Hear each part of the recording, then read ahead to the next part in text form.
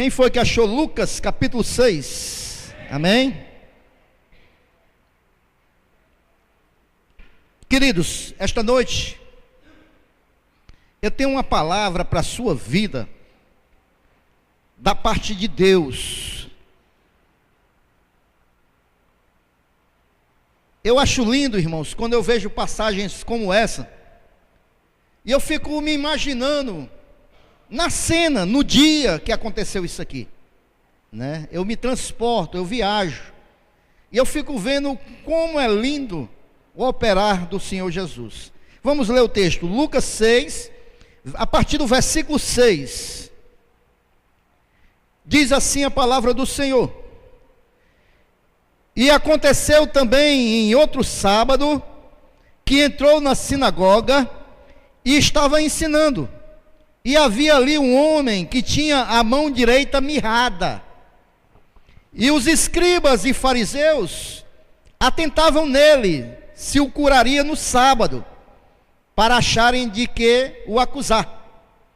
Mas ele, conhecendo bem os seus pensamentos, disse ao homem que tinha a mão mirrada: Levanta-te e fica em pé no meio. E levantando-se ele, ficou em pé. Versículo 9. Então Jesus lhe disse: Uma coisa vos hei de perguntar: é lícito nos sábados fazer bem ou fazer mal?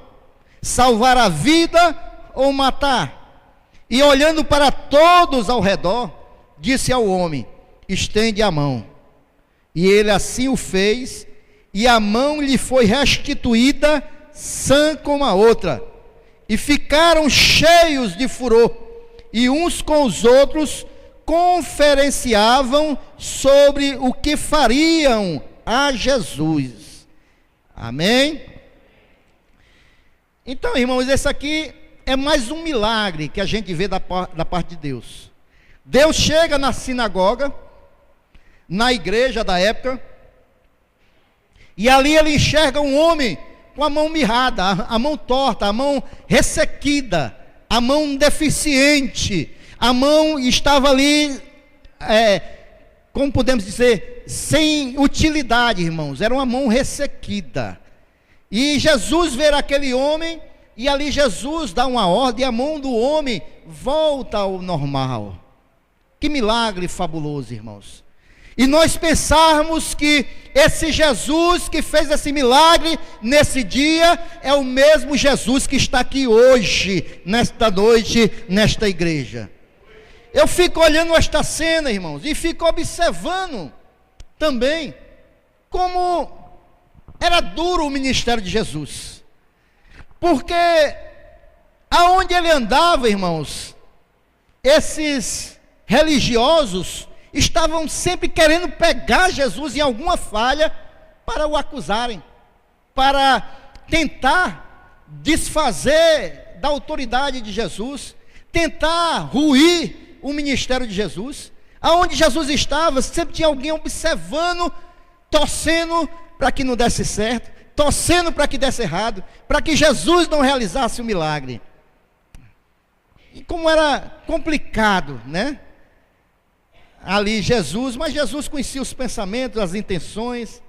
Mas eu fico observando também, irmãos, que todos os milagres que Jesus realizava, sempre a pessoa que recebia o milagre, o benefício, ela interagia com Jesus de alguma maneira. Sempre foi assim. Sempre foi assim.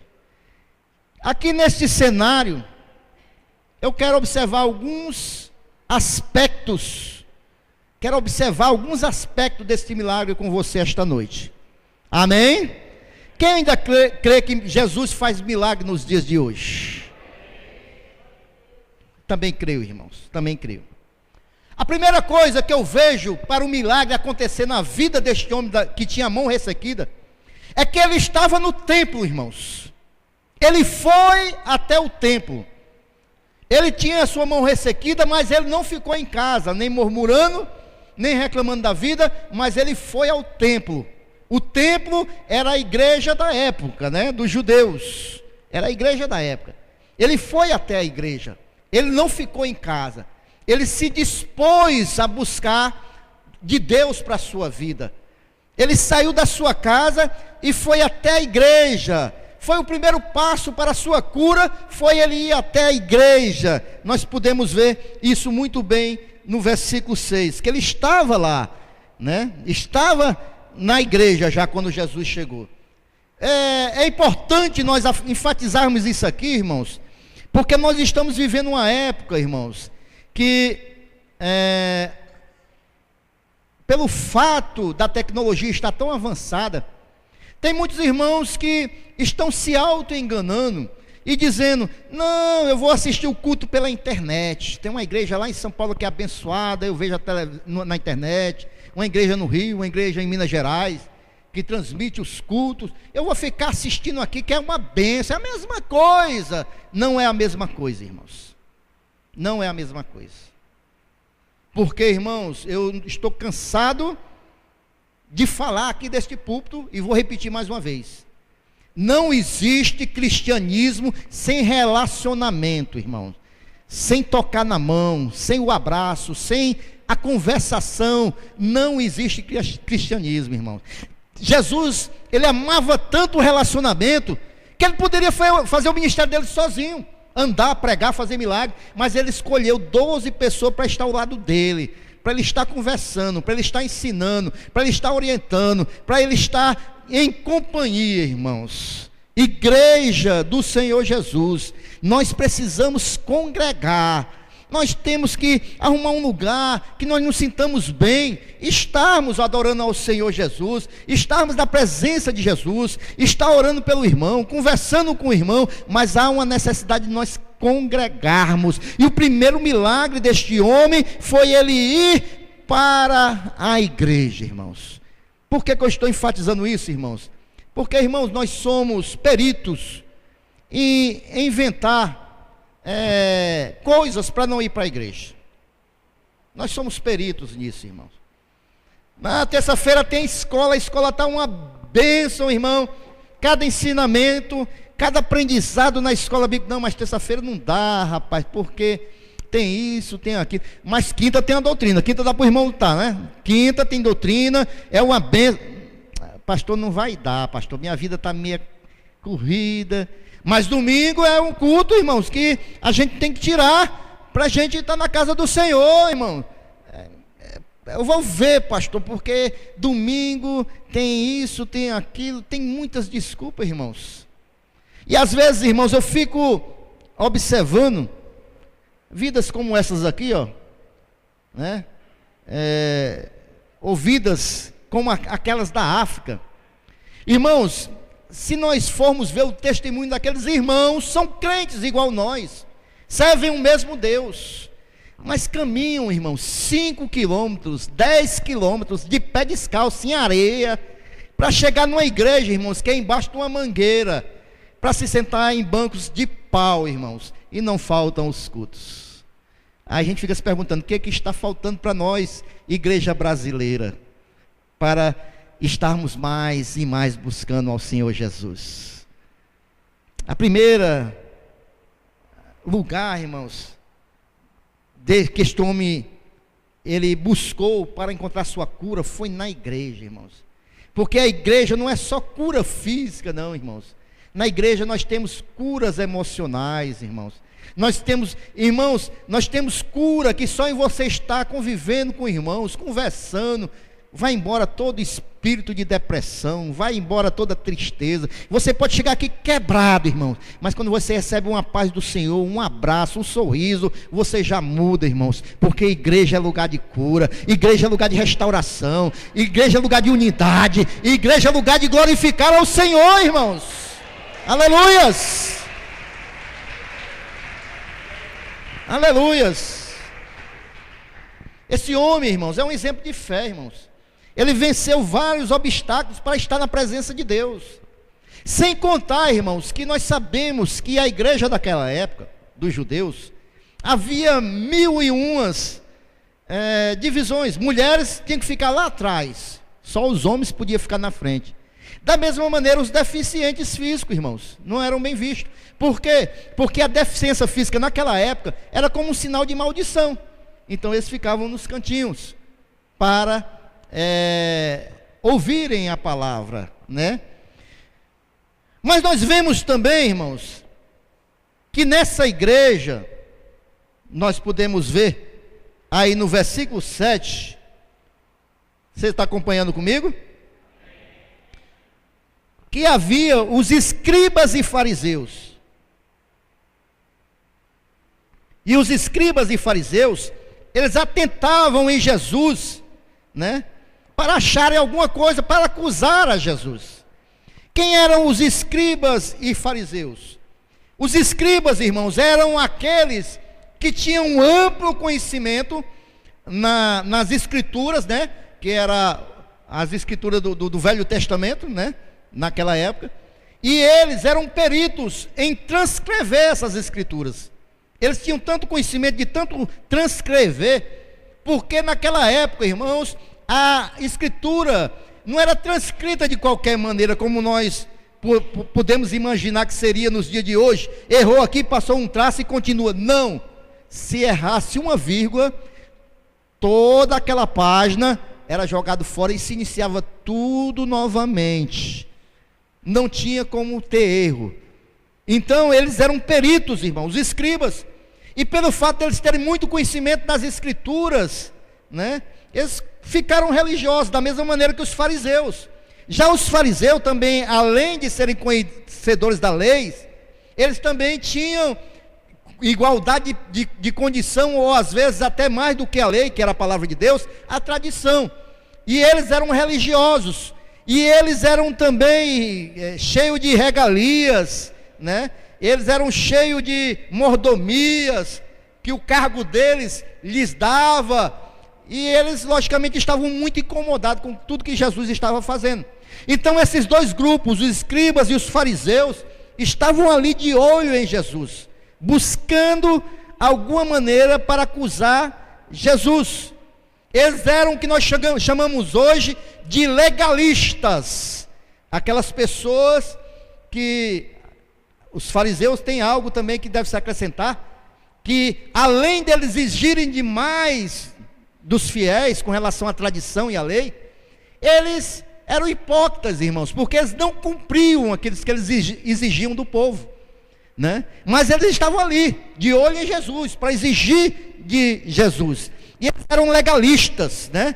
Eles estavam preocupados ali em ver o procedimento de Jesus. Eles não estavam preocupados com as pessoas, eles não estavam preocupados com ovelhas, eles estavam preocupados com as suas posições e com o que acusar Jesus. Mas Jesus, ao contrário deles, estava preocupado com as pessoas. Jesus, ao contrário deles, estava preocupado com as ovelhas, né? Mas esses dois homens, essas duas classes de pessoas, os escribas e os fariseus, eles também estavam na igreja, irmãos. Da mesma maneira que o homem da mão mirrada foi buscar a Deus de todo o seu coração, na igreja tinha pessoas que não estavam preocupadas em buscar a Deus, irmãos. Estava preocupada em acusar alguém, em ver alguém cair na falha e no pecado para acusar, torcendo que caísse na falha para acusar. Mas estava também na igreja, irmãos. Jesus estava ali preocupado com as pessoas e com as suas almas.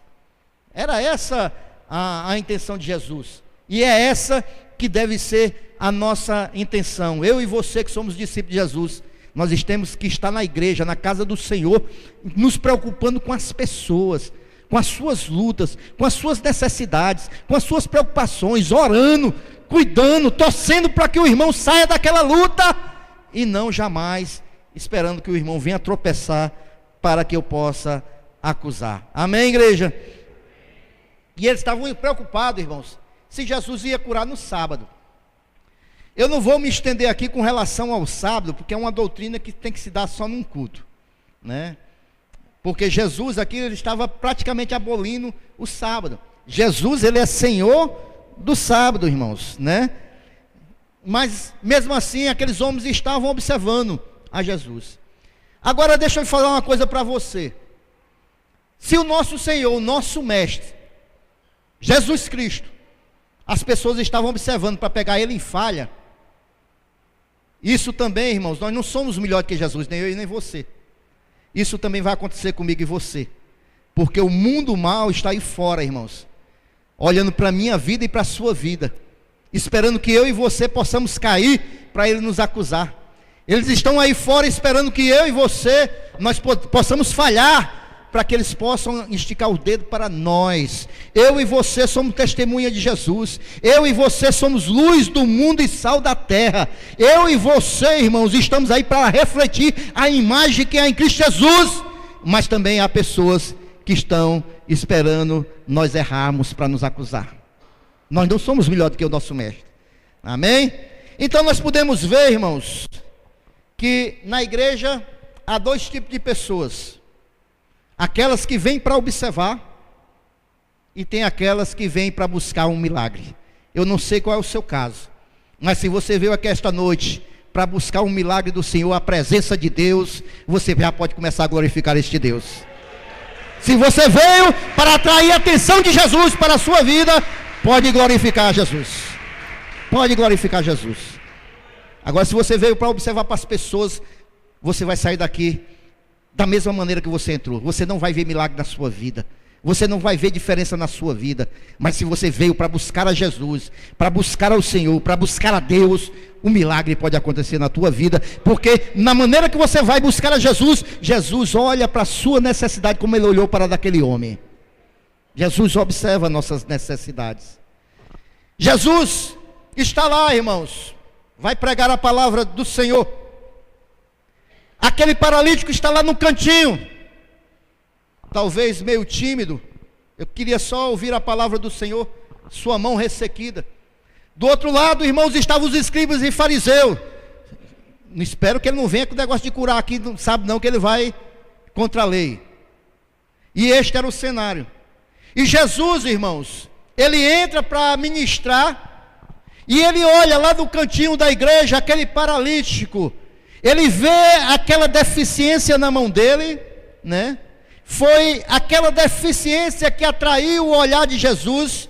Foi aquela deficiência na mão daquele homem que chamou o olhar de Jesus. Eu quero te dizer aqui esta noite, meu querido e minha querida, se você chegou aqui com seu coração sedento por Jesus, mas se você tem alguma área da tua vida que precisa do toque de Jesus, se tem alguma área da tua vida que ainda está deficiente na presença do Senhor, que precisa ser regenerada, que precisa ser tocada, que você talvez tenha chegado aqui esta noite, ficou até por ali pelo cantinho, eu quero te dizer esta noite que é essa tua deficiência, é esta tua carência que o Senhor nesse momento está olhando. Porque ele olha para nossas necessidades. Aquele homem estava no cantinho com a sua mão ressequida, e Jesus viu a mão daquele homem aonde ele estava. Jesus olha para nossas necessidades, irmãos. A Bíblia diz, irmãos, se você observar direitinho, no versículo 1, e aconteceu também em outro sábado, que entrou na sinagoga e estava ensinando, e havia ali um homem que tinha a mão direita mirrada. A mão direita. Geralmente, irmãos, se você não for canhoto, a maioria das pessoas tem a mão direita, que faz tudo, que trabalha, né? E esse homem tinha a mão direita mirrada. Isso significa, irmãos, que ele não poderia, irmão, de maneira nenhuma, lavrar, nem fazer nenhum trabalho manual, porque a sua mão direita era mirrada. Aquele homem talvez padecesse de necessidades, já que ele não poderia trabalhar, porque a sua mão direita estava mirrada. Mas Jesus, irmãos, ele que vê todas as coisas, ele viu esse problema na mão daquele jovem. Agora eu quero dizer, mudar o foco aqui para a nossa vida espiritual, irmãos. Para a nossa vida espiritual. Porque a nossa mão, ela é o instrumento para nós alcançarmos as coisas. A nossa mão, ela se apropria, pega as coisas. Aquele homem não podia pegar nada, porque a mão dele era mirrada. Mas eu quero levar para o mundo espiritual. Porque, irmãos, o instrumento que nós pegamos, nos apropriamos das coisas no mundo espiritual é a nossa fé. Amém ou não amém? É através da oração e da fé que eu alcanço as coisas para a minha vida. Mas acontece, irmãos, aqui simbolicamente, aquele homem tinha a mão ressequida, mas simbolicamente, há muitas pessoas que estão vivendo, não com a mão ressequida, mas com a sua fé ressequida.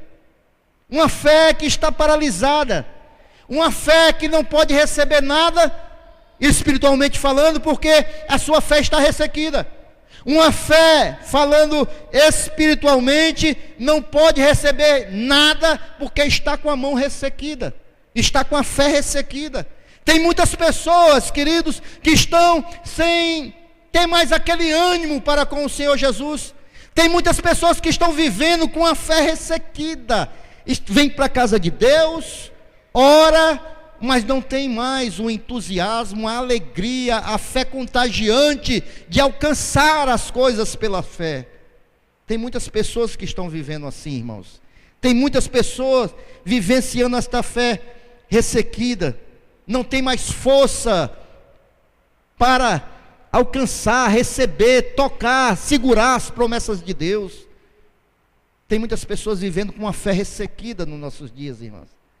Mas eu quero dizer, meu querido e minha querida, que pessoas que estão vivendo assim, elas não podem realizar nada, porque não tem mais fé para realizar nada. Elas não alcançam mais nada, porque não tem mais fé para alcançar nada, irmãos. Elas estão com a sua fé tão ressequida, que até para crer se torna impossível. Fé ressequida.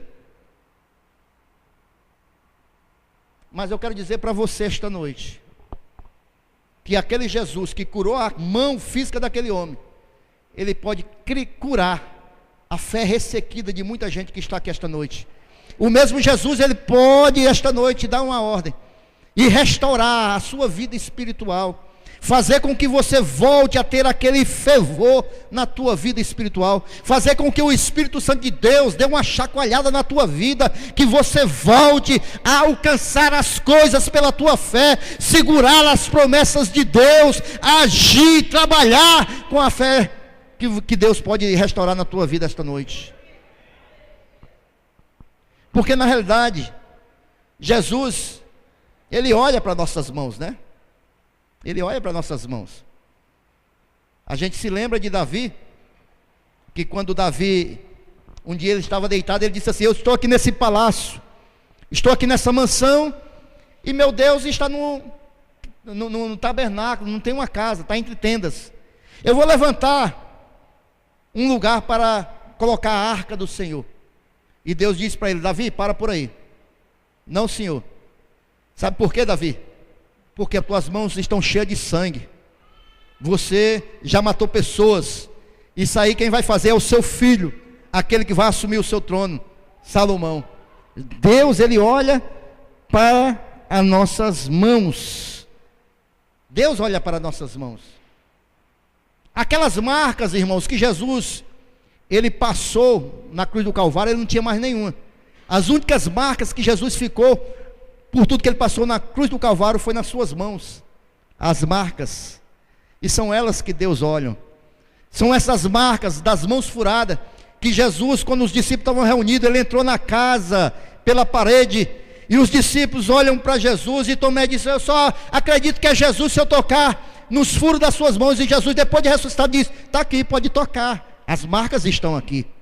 Essas marcas, irmãos, eu creio que Deus olha para elas quando o diabo tenta nos acusar, quando Satanás quer nos acusar, e Jesus vai e diz: não, pai, esse aí já me confessou, esse aí eu já lavei pelo meu sangue. Olha para eles lá, a minha mão furada está sobre a vida deles, porque foi pelo meu sangue que eu comprei a vida deles.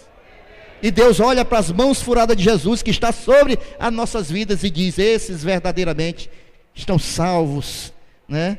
Esses verdadeiramente têm Jesus sobre as suas vidas, porque na realidade Deus, ele olha para nossas vidas, irmãos, e pelas marcas do Senhor Jesus que está sobre as nossas vidas, as mãos de Jesus. E aquele homem está lá no cantinho, irmãos, e Jesus olha para ele e vê a deficiência da sua mão. Jesus olha para a necessidade da mão daquele homem. Jesus olha para os escribas e fariseus e olha para o coração deles e vê o que está passando no coração daqueles escribas e fariseus. Porque o versículo diz, irmãos, que Jesus olhou, né? No versículo 10, e olhando para todos ao redor. Versículo 10. Olhando para todos ao redor. Jesus olhou para todos ao redor. Viu aquele homem no cantinho, viu os escribas e fariseus, viu as outras pessoas que estavam ali. E Jesus vai, aquele homem que estava lá no cantinho, Jesus dá uma ordem para ele. Jesus diz para ele: se levante, você aí, se levante. E naquele momento aquele homem fica de pé, irmãos. Mas esse se levante de Jesus para aquele homem, nós podemos entender que Jesus poderia estar dizendo para ele: ei, você aí que veio buscar a Deus, ei, você aí que está com essa necessidade, você que está com a mão mirrada, que veio buscar a Deus, esta noite tome uma atitude, esta noite se levante, esta noite saia da sua acomodação, esta noite encha o seu coração de fé, esta noite tome uma atitude, se levante, lança fora o desânimo. Ei, você quer um milagre na sua vida? Tome uma atitude, se levante esta noite. Há necessidade? Se levante esta noite. Jesus fala para ele, dá uma ordem. Porque, irmãos, se nós queremos um milagre nas nossas vidas, o primeiro passo, irmãos, é ir para a casa do Senhor. O segundo passo, irmãos, é nos levantarmos, crermos. E o terceiro passo, irmão, é nós irmos buscar aquele que pode realizar o milagre, que é Jesus Cristo de Nazaré. Amém? A gente vê, irmãos, na Bíblia, muitas pessoas que alcançaram milagres assim. A mulher do fluxo de sangue há 12 anos, que sangrava. 12 anos, irmãos. Um dia ela estava na sua casa, e ela escuta que Jesus está na cidade. O texto diz, irmãos, que ela se levanta e vai até onde Jesus estava. Amém? E o que foi que aconteceu? Milagre. Ela foi curada. A Bíblia diz, irmãos, que o filho pródigo, ele perdeu os amigos, perdeu todo o seu dinheiro, estava comendo bolotas de porco, e um dia, a Bíblia diz que ele se levanta, ele toma uma atitude e diz: eu vou voltar para a casa do meu pai. E ele volta para a casa do pai, e ali ele é restaurado completamente. Quer um milagre, meu irmão, esta noite? Você vai se levantar, eu quero dizer aquilo, se levantar espiritualmente. Você vai tomar uma atitude de fé esta noite. Você vai dizer: hoje é a noite do meu milagre. Hoje eu vou até Jesus. Hoje eu vou, espiritualmente eu vou caminhar até Jesus. E Jesus diz assim: ei, rapaz, se levante.